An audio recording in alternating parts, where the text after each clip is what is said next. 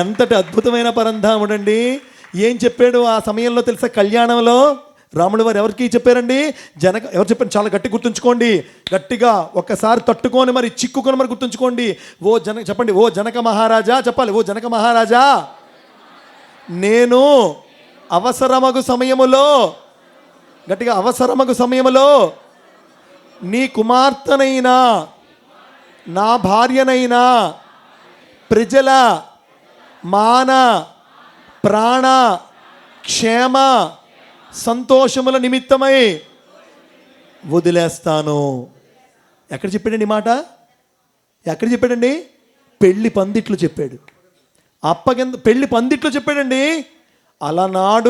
అలనాడు సీతారామ కళ్యాణంలో ఆ శ్రీరామచంద్రమూర్తి చెప్తే 1940 అక్టోబర్ 20 నాడు తన అన్నగారైనటువంటి శేషమ్మరాజు గారు, ఉరవకొండలో శేషమ్మరాజు గారు వారి ఇంటి ముందు వచ్చి స్కూల్కి వెళ్తున్నటువంటి బాల సత్యం ఆ పుస్తకాన్ని గిరాట వేసి, నా భక్తులు నన్ను పిలుస్తున్నారు, నాకు ఈ కుటుంబానికి సంబంధం లేదని చదించి ఇంటికి బయటకు వచ్చి భక్తుల కోసం వచ్చినటువంటి అద్భుతమైనటువంటి ప్రేమామృత దివ్యమూర్తి సాక్షాత్ శివశక్తి అవతారి భగవాన్ బాబా వారికి గట్టిగా ఒకసారి స్వామికి అందరూ కూడా చప్పట్లు కొట్టాలి, గట్టిగా గట్టిగా. రాముడు ప్రజల కోసం, సాయిరాముడు భక్తుల కోసం.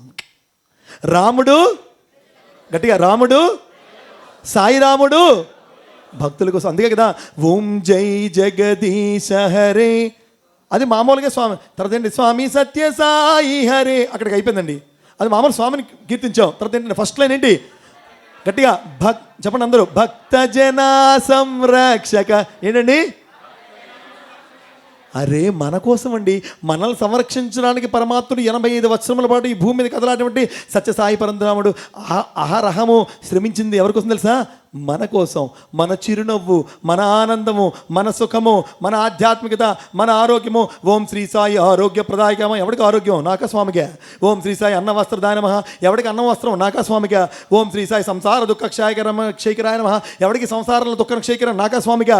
నిరంతరము కూడా తన 108 నామాలు తన పేరు మీద చదువుతున్నప్పుడు కూడా 108 నామాలు భక్తుల కోసమే అంకితం చేసినటువంటి భగవాన్ కాబట్టి ఆ భగవంతుడికి మనం గట్టిగా చప్పట్లు కొట్టాలి. ఎప్పుడైనా మనం ఆ యాంగిల్లో ఆలోచించామా? మన స్వామిని కీర్తిస్తాం అనుకుంటున్నాం, ఓం శ్రీ సాయి ఆపన్నివాడిని నమః అనుకుంటున్నాం. స్వామిని కీర్తించండి బోడి బతుకు మంది. అనిల్ కుమార్ గారు చెప్పారు, నువ్వు కాకపోతే గడ్డి పరకన పెట్టైనా సత్యసాయి పరంధాముడు నడిపిస్తాడు. వీడు వాడు ఉండాలని లేదు, అతని యొక్క శక్తి అంత అఖండమైనది. కాబట్టి వారి 108 నామాలు కూడా ఇందాక చదువుతుంటే నాకు అది అనిపించింది, 108 నామాలు భక్తుల కోసమే, భక్తుల కోసమే. అటువంటి అద్భుతమైన శత్రుఘ్నుని తమ్ముడు కాగలిగిన, భరతుడిని తమ్ముడు కాగలిగిన, లక్ష్మణస్వామి వారిని తమ్ముడు కాగలిగినటువంటి శ్రీరామచంద్రమూర్తి కేవలం ప్రజల కోసమే, ముఖ్యంగా వారి అవతార లక్ష్యాన్ని ఎప్పుడూ మర్చిపోలేదు. పితృవాక్య పరిపాలకుడై, చాలా జాగ్రత్త వినాలి, పితృవాక్య పరిపాలకుడై అడవుల బట్టి యోగులను మునులను చక్కగా రక్షించాడు కదా. చూడండి ఇక్కడ ఇంకొక అండర్లైన్ మాట చాలా జాగ్రత్తగా వినాలి. చూడండి, శ్రీ ముని జన సేవిత మోహన నామం. మునులను జనులను ఇక్కడ గుర్తుంచుకోండి, 2 రకాలు మునులను మునీశ్వరులను. చాలా జాగ్రత్తగా వినాలి, అద్భుతం ఈ మాట, మన హృదయం పులకించిపోతుంది. ఆ మునులను త్రేతాయుగంలో శ్రీరామచంద్రమూర్తి అద్భుతంగా కాపాడితే, నేడు ఈ జనులను మునులుగా తయారు చేసేందుకు స్వామి అద్భుతమైన అవతారాలను కంకణ కట్టుకున్నారు. మనందరినీ మునులుగా చేశారండి. నిజమిది. మనం మునులుగా కాకపోతే ఇక్కడ ఉండము, మనల్ని మునులుగా కాకపోతే ఇక్కడ ఉండము. ఏ సీరియల్ ముందో టిక్కు టిక్కు టిక్కు నిక్కుని వాడు ఏడుస్తుంటే మనం ఏడుస్తూ, వాడు నవ్వుతుంటే మనం నవ్వుతూ, వాళ్ళకి మనం హారతులు ఇచ్చేస్తూ ఎక్కడెక్కడో పిచ్చి పిచ్చి వేషాలు వేస్తూ ఉందాం. కాబట్టి భగవంతుడు ఇంతటి అద్వితీయమైన అవకాశం ఇచ్చాడంటే, ఆ శ్రీరామచంద్రుడితో ఉండేటువంటి వానరులు, ఆ కృష్ణ పరమాత్మ గోపికలు, షిరిడీ సాయినాథుని చుట్టూ పరివారము, నేడు మనము సత్యసాయి శ్వేత వర్ణముతో కూడినటువంటి విభూతి సైన్యము మనం కదలాడుతూ ఉన్నప్పుడు, ఆ విభూతి సైన్యానికి ఒకసారి మనం, సత్యసాయి విభూతి సైన్యానికి ఒకసారి మనం గట్టిగా జై జై ధ్వనములతో జయ బల భగవాన్ బాబాకి. ఇక సుగ్రీవుని వారి కోసం ఒక్క మాట మనం తెలుసుకోవాలి. రాముడు వారధిని నిర్మిస్తూ ఉన్నాడు. ఏం నిర్మిస్తూ ఉన్నాడండి? అరే ఎక్కడ అండి? సముద్రం నిర్మిస్తున్నాడు. అటు రాయి వేసి ఇటు వెళ్ళిపోతాడు, ఇటు రాయి వేసి అటు వెళ్ళిపోతున్నప్పుడు ఏం చేశారు మనకు తెలుసు.